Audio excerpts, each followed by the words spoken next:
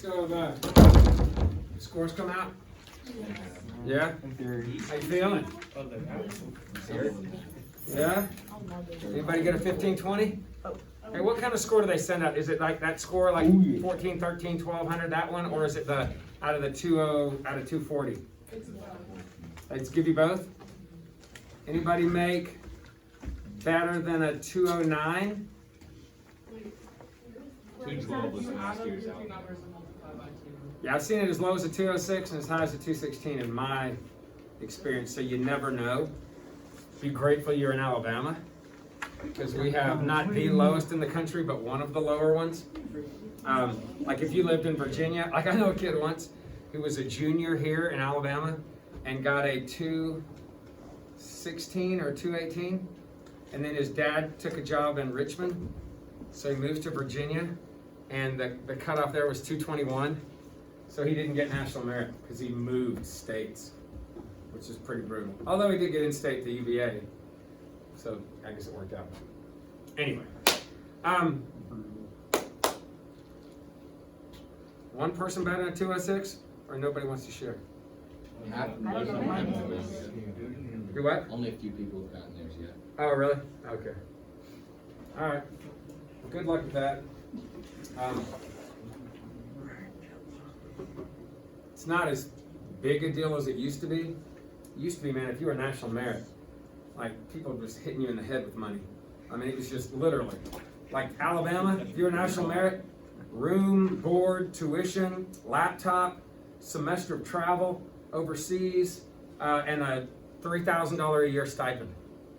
Like I know a kid who bought, I may have told you this story, but he went to school and made enough money at school, like just from extra cash they gave him, that he went out and bought this like vintage Porsche when he was done. Like just like going to school, that's how much money he got from being a national merit. I mean, nowadays, you get a little bit more at Alabama than you get at Auburn probably. And it definitely, certainly helps if you're trying to go out of state, just getting into other schools. It certainly makes a difference, but it's not like you just suddenly got the Midas touch, like the olden days. The good old days back in 2017, or no, 2015 was the last year of the golden era, where you actually got full rides, not just tuition. But anyway, hey guys, you've got a test on Thursday. I really kind of feel like I could give it to you tomorrow. But we're going to play the Conics game tomorrow, and we'll see if we can make that work. We'll see. I guess if we constantly stay in motion, we're not 15 minutes connected to anybody. But we're going to do that tomorrow. But the best way to do well for your team tomorrow is to make sure you understand everything, and you'll be a solid contributor. So at this point, it's really kind of a review day, another review day for you.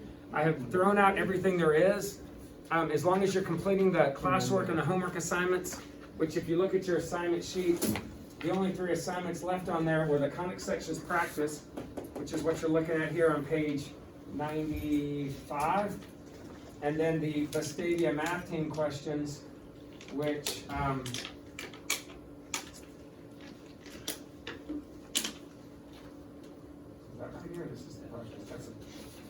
oh, no, that is the Conics sections practice, that Vestavia math team stuff. And then the let's see what you know. And the let's see what you know is just basically a third little review sheet.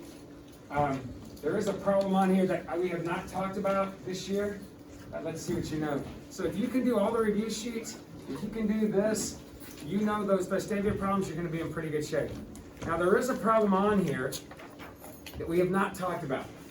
And let's see if I can find one of them. Okay. The Helmers problem?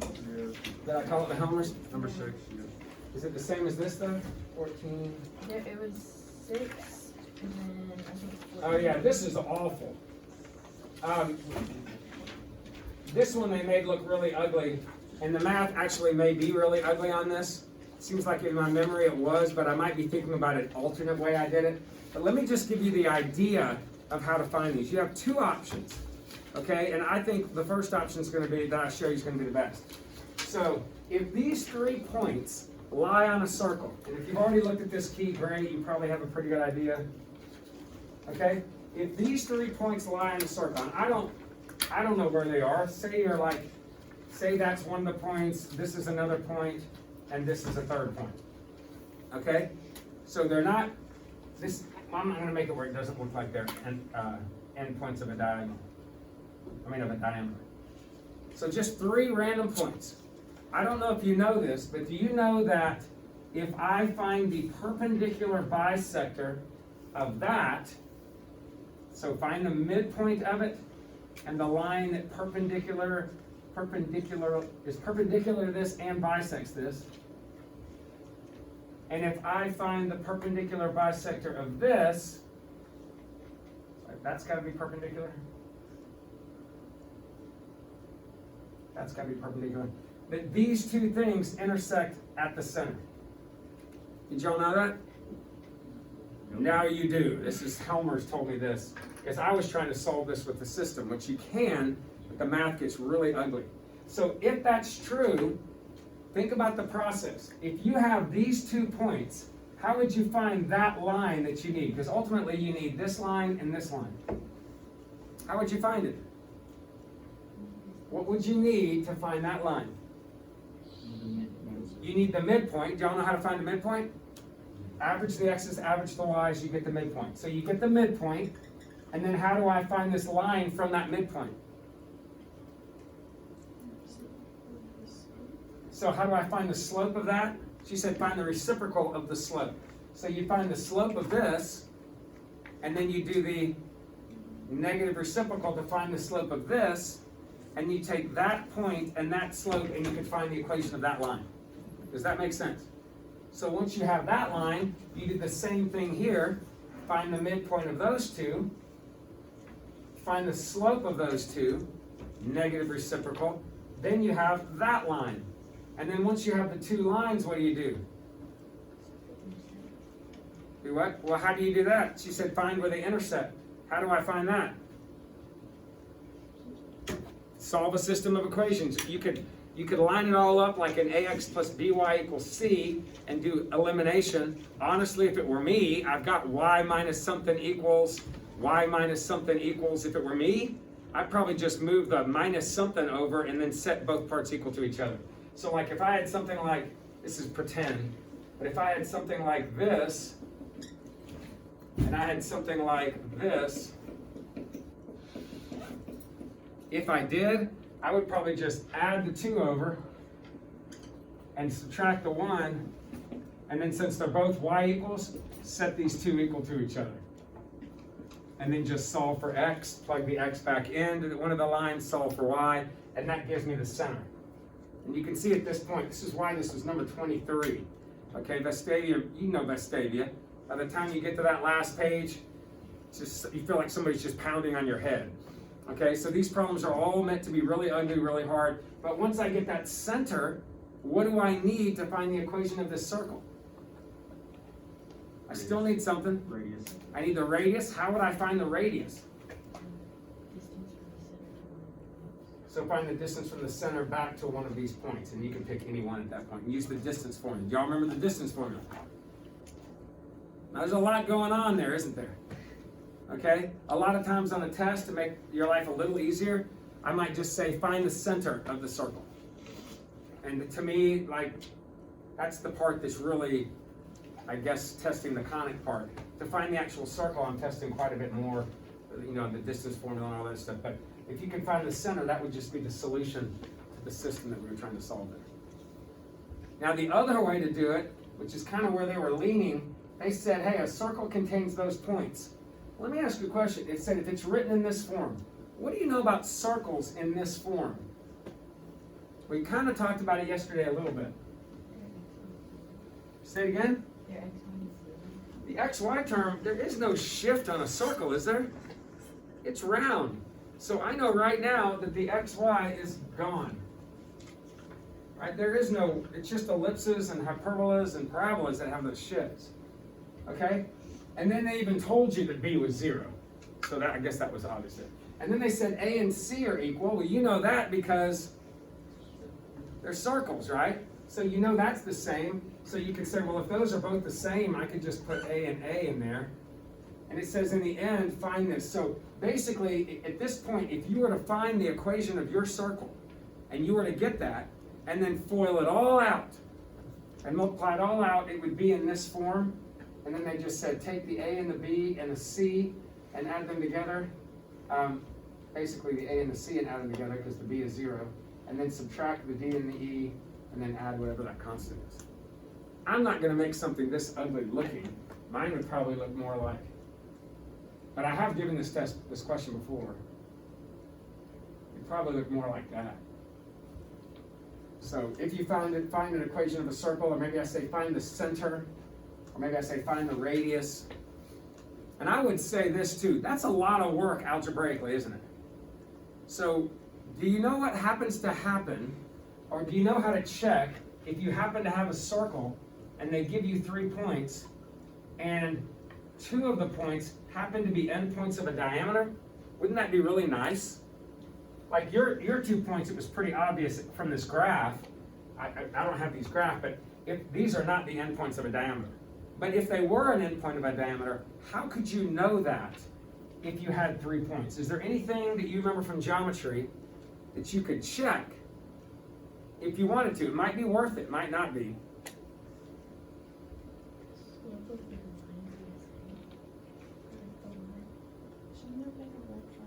Yeah. If 2 of the points, if they are the diameter, then these 3 lines make up a right triangle. And that's a geometry rule that you learned in some form or fashion. So how could you check that then?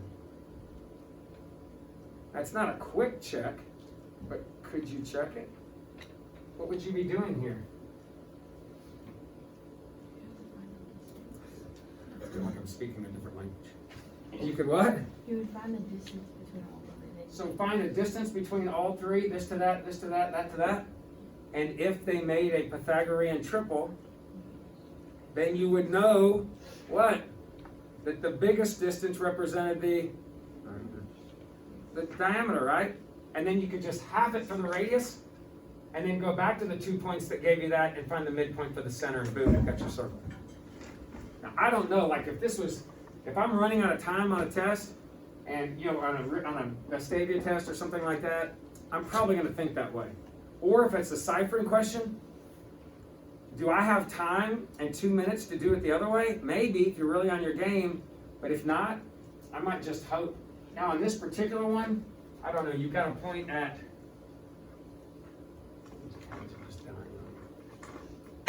Ooh. I didn't make it, did I? Yeah, you Did I? Yeah. Sweet. did. Too. 9884, it's way up here. 13169, it's way up here. These 3 points, I don't know, just eyeballing them, doesn't really look like it's going to be very easy for me to find stuff or whatever, but I don't know. It might be worth trying to check distances. I got something in my bones tells me it's not. But I will say this too. If I do give you a problem like this, I'm going to give you points that are much kinder. Okay? So when you're doing the math, you don't run into some of the obnoxious fractions and all the junk that you did on this. I'm not trying to kill you. But I have asked this question before. When I do, I give you much prettier points. Makes it a lot easier to do the math. But I think the Helmer's method, I think I called it, or something like that, the way where you check find the midpoint, the perpendicular bisectors, find the intersection. To me, that's the most consistent way to find what you need quickly. All right? Is there anything else? I got a couple things I might want to throw at you, but is there any question you have about anything with conic sections? Anything you've run into? 3 on the pesky. What page was that? That was 93.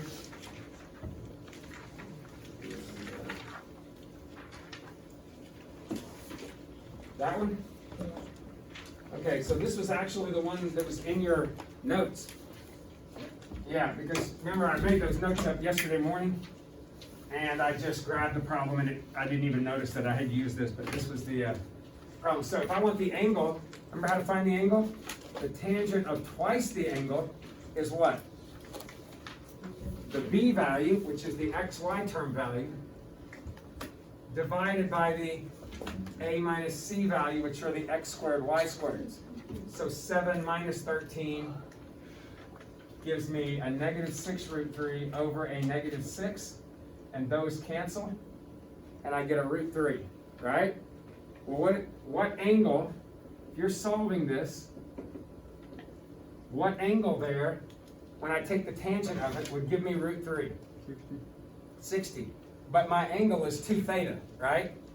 So that means that 2 theta would have to be 60 in order for me to get root 3. Y'all remember that? I asked you to memorize those tangents. I guess the hard way to think about it would be, all right, on your unit circle, at what angle would I end up with that? Well, if I think about it, this is a half root 3 over 2, and tangent's y over x, so y over x gives me a root 3. So I gotta go with 60 degrees. So that means 2 theta is 60, and therefore theta would be 30. So my angle of rotation would be 30. Right? And those are the only two things I'm gonna ask. Angle of rotation, and then using the b squared minus the 4ac rules to determine what kind of graph it is. We're not gonna do any of that other junk in the notes. It's just too awful. I mean, you remember it from yesterday. And that was just me checking the x, y's. I mean, all the other stuff that comes into play just really, I mean, you gotta memorize all those terms. And yes? On number 6, On this page? yes. I got 135 halves, which I'll go with the 60, Okay, so 67 and a half. Would that be the same as the, so tangent of 2 theta equals negative 1. So you would say that that's negative 45 or negative 22.5? and then what's that plus? Is that not my answer? I'm trying to think how I got. Hey, this is what you need to do on these. I think I did the same thing. I got like 135. It's because they have to change the negative Yeah, so your inverse tangent is, yeah, when you inverse tangent that, here's the best bet for you. When you're doing these, pick the angle closest to 0. So if it's 60, like if you're thinking, oh, it's either 60 or 240, pick the one closest to 0. Oh, it's either negative 22.5 or positive 112.5, pick the one closest to 0. So always pick the one that's closest to 0 on the unit circle, and you're good. Y'all seeing that? Is it not the same if you rotate it like negative 45 or like 67? Is it not the same shape? I think the math works out, although I honestly have not checked a lot of that. She's saying, if you think about what we learned in class, I think this is what you're saying. When we learned this in class, we found a reference angle, right? But we thought, where is tangent negative? And it's negative here, and it's negative here and here. So I could say, well, it's either that plus 360n, yada yada, or I could say it's 135 plus 360n, yada. And if I divide by 2, I get that, or I get 67.5. So there's 22.5. If this is 45, that's 22.5, and that would be 67.5. Oh. So it I was could be thinking it was different. 135. Yeah, if it, I didn't do that. that makes sense. Yeah, so I think it's actually, but again, I haven't done the math using a 67.5. It's possible that if I were to plug 67.5 back in those, you know, the X, big X, little x, big X formulas, it's possible when I do that, that everything else gets shifted and it ends up flipping the whatever this thing ends up being, hyperbola, parabola, ellipse, whatever, it might end up flipping it and adjusting and still giving you the same value. I don't know that for certain because I've never bothered to do it, and I wouldn't do it on this one anyway because that's not a very pretty angle to work with.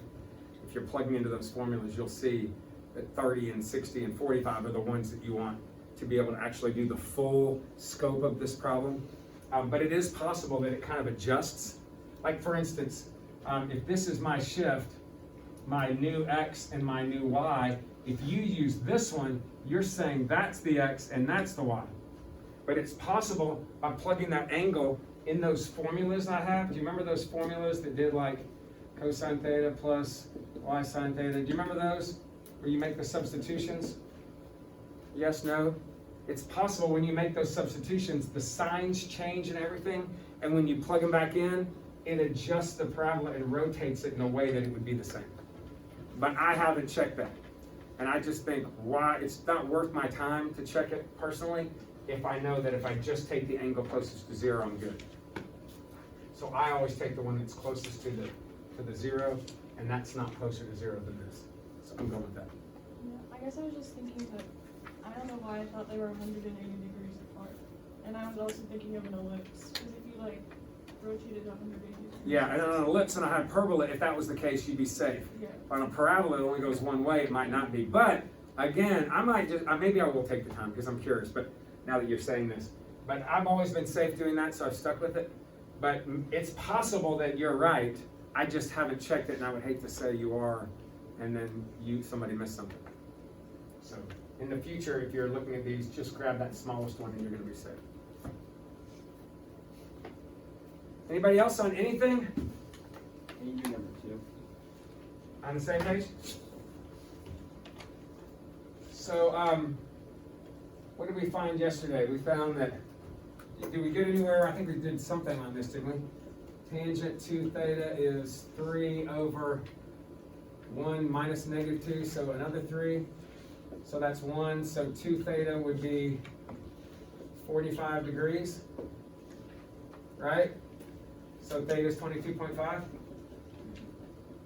Okay, so basically they're saying find k squared. So I want to find k squared. It seems, I haven't done this in a long time, but it seems like I got creative at one point. So that's the same thing as sine of 45 halves, right? And that's the same thing as, I really do feel like I probably did something more clever than this. That's the same thing as this, right? And since I'm solving for k squared, what might be a good idea right here? I don't know why they asked me to solve for k squared, but they did. Maybe it was to make this math easier. But if I square both sides, I get 1 minus cosine 45 over 2, and the square root goes away if I square both sides. And then I get k squared over 4. And if I multiply both sides by a 4, I get 4 minus 2 root 2 over 2, or 2 minus root 2. Is that right? It is? Okay. I wasn't that clever, I guess. But yeah, I just found the angle and plugged it in there and did the best I could with algebra. So if your question is that the kind of question you ask on a test? No. The kind of question I ask on a test is find the angle.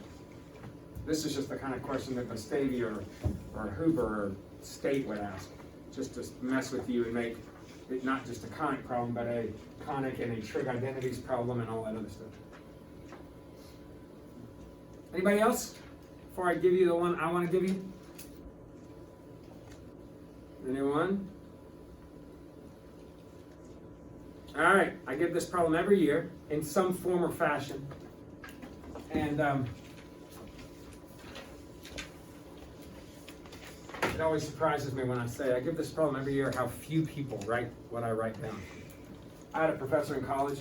He'd always give these 100-question tests, and it was history, horrible history. It's like technology and civilization. It's all about Mesopotamian man, and it was just hundreds of pages of reading every night. It was truly the worst. It was the hardest class I took other than like some brutal math classes I had, just because it was so much reading. Once we had 400 and some pages of reading to do from a Friday class to a Monday class. I don't know about you, but I don't read at 60, 80 pages an hour.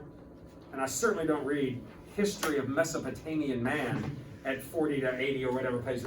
So I'm like, at 25, 30 pages an hour to understand, I'm looking at, what, 15 hours of reading over the weekend? Yeah, okay. And it was like that all the time. It was horrible. I don't know why I'm talking about this. But anyway, did y'all ask me a particular problem, or No, you're You fine. can about to raise share it. your rant? Okay, good. All right, so what if I gave you this? What if I told you that the asymptotes of a conic are this,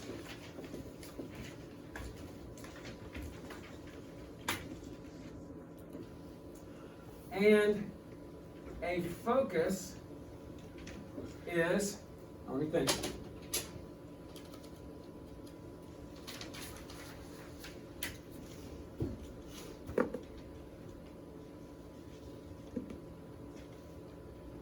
And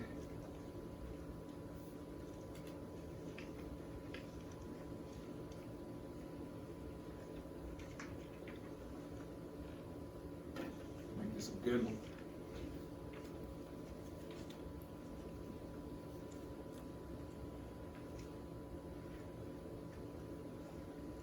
Okay, so and a focus will be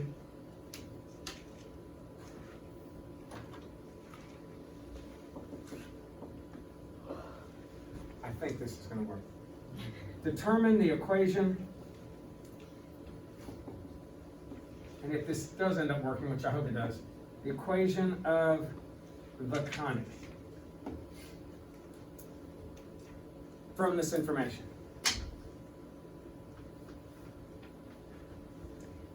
Let's get started. What do you know?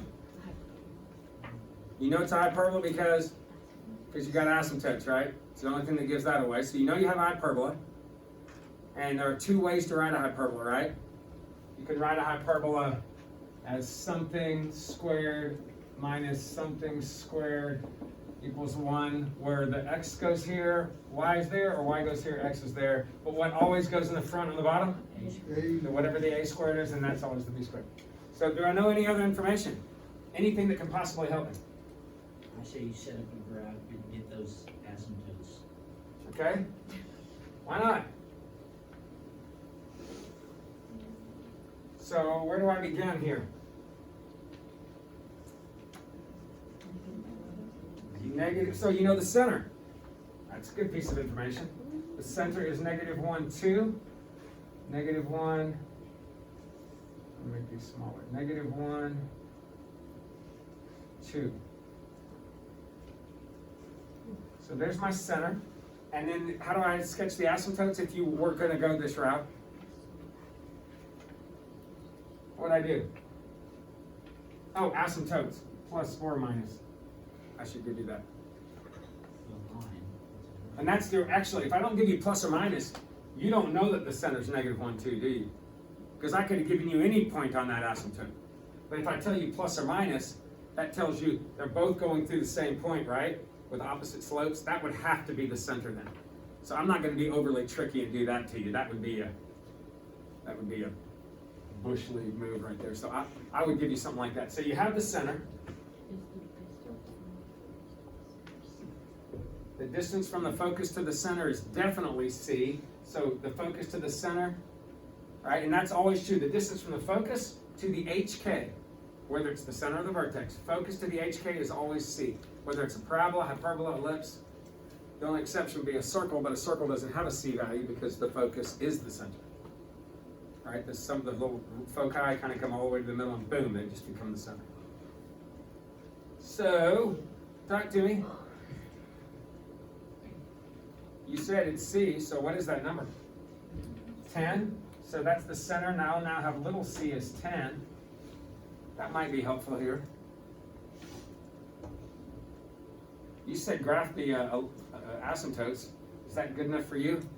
Well, like get those lines going. So how do I do that? When you one of them you're gonna want to rise 3 and run 4 that way. Okay, so if I rise 3 and run 4, or run negative 4,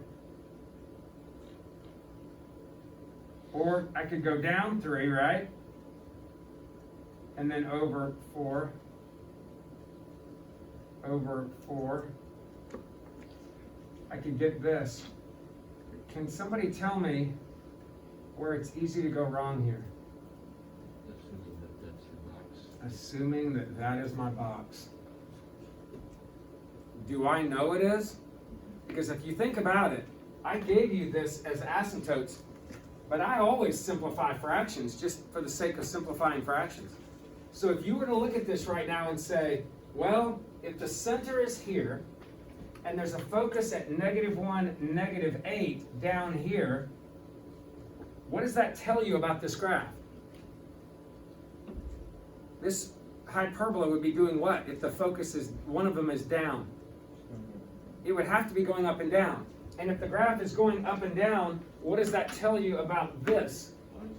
The y would have to come first. All right, so that's a piece of information that's true. And if y comes first and x comes second, I can now plug my center in correctly, right? So I can say y minus the 2 coordinate, x plus the 1 coordinate. And a lot of people look at this and they go, man, I've done tons of work. Even if I mess these numbers up, I should only get dotted. Not true. If you don't get these right, that's the primary thing I'm looking at. But I am going to reward you, not reward you, I'm going to let you, you've earned half the credit to me. But the other half is, how do you determine what's going here and here? And here's where people make the mistake. They go, well, I rose 3, so this must be 3 squared. Don't write that down. And I ran 4, or -4, so this must be 16. And they feel really good about that answer across the board, and they get slashed. They're like, what happened? And the problem is, I don't know if that was simplified or not. It could have been 6/8. It could have been anything, 15/20. So how can I check? So based on the way I set it up, that would represent my a squared. And according to this, a squared, change the sign, b squared, has to equal c squared, doesn't it? So this is saying that my c squared here should have been 25. But clearly, my c is not 5, is it? This says c is 5. You already know c is 10. Now, in this case, it's pretty easy to see, oh, well, what would fix this? 6 and 8 would have fixed that instead of up 3 over 4. But if you're not able to see it, then instead of going a is 3 and b is 4, say a is a multiple of 3. I just picked a variable. B is a multiple of 4. And I'm just going to find what multiple it is. So instead of throwing the 3 and the -4, the 3 and the 4 in there, I put like 3x and 4x just to have it. And again, I probably shouldn't use x, but whatever, just to have a different variable. You could use m. That would probably be a little better. Dang it. And then I just do the math. 9x squared plus 16x squared. I already know c is 10, so 100. 25x squared is 100, x squared is 4, x is 2. So these are multiples of 2. I mean, not multiples of these. I need to multiply both of these by a 2 to find the real a and b values. So it turns out the real a and b were not 3 and 4, they were 6 and 8. And if they're 6 and 8, that's 6 squared and 8 squared. And to me, that's one of the trickier ones, most missed ones on the test. Except this year, I've talked about it now a couple times, I think, or at least once. Maybe I talked about it in the other class, but be aware of that. This is going to be, there are going to be problems like this on your test, but there's going to be a ton of this. So if you are a fact person, if you're like, man, I can memorize all day long, you're going to do pretty well on this, because you're going to get problems like, you're going to get stuff like this, where I just give you an equation, and I ask you 20 things. Like, I'll say, hey, what is your center? What is your center? What is your A value? What is your B value? What is your C value? What are the foci? What are the vertices? What is the length of the latera recta? what is the sum, what is the difference of focal radii? What are the equations of the asymptotes? I mean, you're going to get a ton of stuff like this. It's like 2 points, 2 points, 2 points, 2 points, 2 points, 2 points, 2 points, 2 points. And hopefully, if you know the basics, you won't, these aren't out of the box things, these are just knowledge things. Or, what are the equation of the directrices? So real quickly, do you know this stuff? Let's see. And I can do one of these on a parabola, on an ellipse, a hyperbola, and a circle.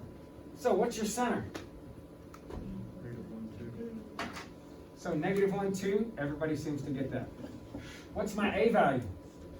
People miss this a lot because they grab the biggest one. But we know that on a hyperbola, it's not the biggest, it's what comes first. So A is 6, B is 8, and then how would you find C again? That plus that is C squared. If it was an ellipse, you'd say that minus that, or biggest minus smallest equals C squared.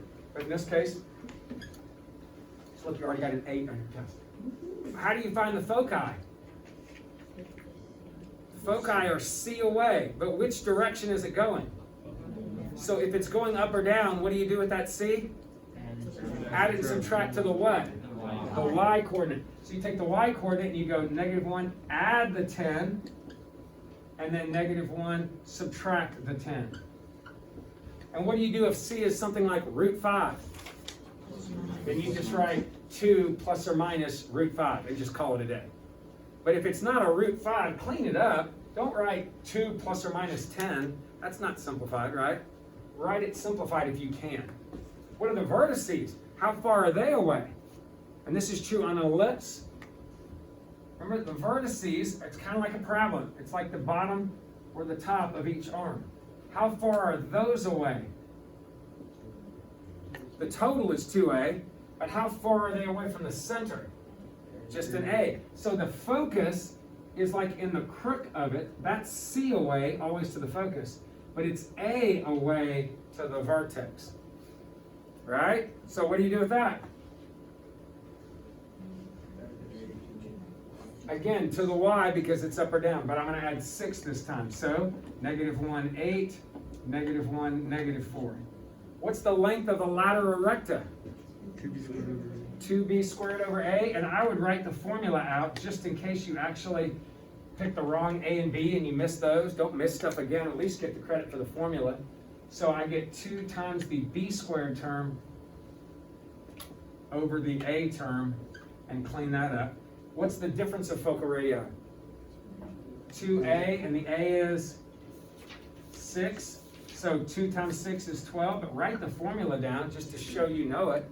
What are the equations of the asymptotes? What is the easy way to do it? If I said, give me the equations of the asymptotes in point slope form. So use the center in my equation. So y minus something equals plus or minus slope x minus something. Literally, all I got to do is copy this x plus 1 and the y minus 2 down. Because if I'm using the center, that's what happens. And then what would my slope be here? I am what? Rising a 6, because that's under the y, and I'm running in 8. So if I rise 6 and run 8, 6/8 is 3/4, and put a plus or minus to go each way. Every year I have somebody square this. It just feels like a parabola. Don't put a parabola. Don't make it. Don't square it. And then how do I do the directrices? That's the part everybody forgets. Now, what would the directrices be doing here? Think parabola. What would if that was a parabola, where would your directrix be? Right there. So this is a y equals line. So do you remember what to do? Y equals what? K. 2. Plus or minus what? A squared over C or A over E. Either way, which is another question we'll get to in a second. What is E? So if I take the A squared and put it over the C, if you learn it that way, there's your A squared. Your C is 10. So I got to add that and subtract that. And when I do that, I'm going to get 2 different values. Y equals something, Y equals something. Are y'all seeing that? And what's the eccentricity on an ellipse or a hyperbola? Same formula. What is it? C over A, and your C is 10, your A is 6. But I would probably write A at C over A in case I get the A and the C part wrong. Did I miss anything else on a hyperbola? Now look at that, 2, 4, 6, 8, 10, 12, 14, 16, 18, 20. I mean, this could be 22 points of your test. I mean, a ton of your test is going to be information like this. And I try to break it up so if you get the A and the B wrong here, accidentally, that it doesn't snowball on you a ton. But you can cut back the pain if that does happen by making sure you write formulas out. And then if it's like, well, they knew the formula, but they got the A and the B wrong, then I'll take off a point as opposed to 2 points or something. And again, I can do that on an ellipse, a hyperbola, parabola, probably less I can ask you about a circle. But anybody else have anything? The bridge problems. Bridge problems. So we did these last year, do you remember? And a bridge can have lots of shapes, and depending on architecturally, there's probably a best way to design a bridge with an arc like that, because they're using literally physics to keep that thing arced. I mean, there's a reason for that. So I say sometimes it's an ellipse, sometimes it's a circle, sometimes it's a parabola. There probably is a best way to do those from an engineering standpoint, but whatever, we're not engineers right now. So if I were to say, for instance, that it's an ellipse, so if I said, it technically would be a semi-ellipse, but if I said it was in the shape of bridge, it's for instance, as a semi-ellipse, maybe it looks like the bridge that's over Lakeshore where 31 cruises over Lakeshore, right? So I would ask you a question like, all right, if that's in the shape of a semi-ellipse, right, this is all rock right here, and I said the height is like, I don't know, 12, and the width here is 30, that would mean if the width is 30, that each one of these lengths would be 15, correct? Now, could you give me an equation of an ellipse that would be represented by this? Now, if it were me, why not make it easy on yourself, right? Why not make this your x-axis, your y-axis, and that's your x-axis? So what would be an equation of this ellipse if you were to just try it? Don't worry about being a semi-ellipse. We can make an ellipse. It's fine. What would you have? So x squared over 15 squared, 225, and then y squared over 12 squared equals 1. Now here, so once you have your equation, it's just a matter of thinking, and there's a couple ways I could ask questions. One would be, hey, so if a truck 20 feet wide, which would be a big truck, a tank 20 feet wide, comes barreling down the road, how high, what's the maximum height it could be and still get under there? Now, do you see what I'm asking? If your truck was 20 feet wide, are you going to try to stay in your lane over here? No, you're going to try to squeeze in, right? If you're worried about not getting through there, right down the middle. So if a truck 20 feet wide came through there, that would be what, 10 on each side? 10 and 10? How high could it be and still eke up in there? What would you do to determine how high it could be? Your height is just a what? It's a y value of that point. So if I said 20 feet wide, aren't I really saying when x is 10, what's that y coordinate? Isn't that kind of what I'm saying? Because 20 feet wide would be 10 in each way. So could I plug a 10 in there and solve for y? Now y is going to give me plus or minus. It's going to give me plus or minus, but the minus doesn't make any sense, right? We're not going underwater, right? Or underground. I mean, maybe we could go underground, but I'm pretty sure we're not going underground, right? So I would just solve for that y, and that would give me the height. Now that's not the only way I could ask the question. I could also say, hey, if a truck comes through and it's, let's just say 8 feet high. How about this? If it's 11 feet high, what's the maximum width it can be? Now that's more realistic. There's all kinds of 18-wheelers that have height, right?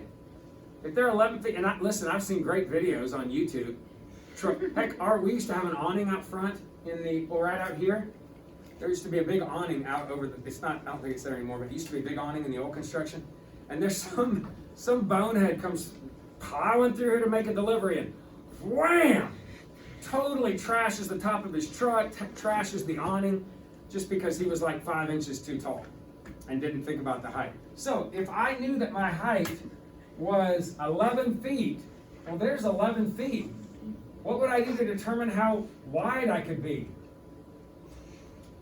What would I say? I would say, I want to know at a height of 11 feet, what would my x be right there, right? But if I plug 11 in here and solve for x, is x my width? X would just be that. So what would you do then? You double it, that's how high. And even then you have to really be careful, right? Be like, scraping as it went through. I'd probably still err and say, I need a little less water. Or maybe lower my tires, like put some air out of my tires, drop down a couple inches. Oh, ingenious. Like that. Think about that. Right? All right, guys. Now remember, you're going to be on somebody's team tomorrow. Right? No pressure. But if you come in here prepared like your test is tomorrow, it's about some points. Right? Right. Circles around yours.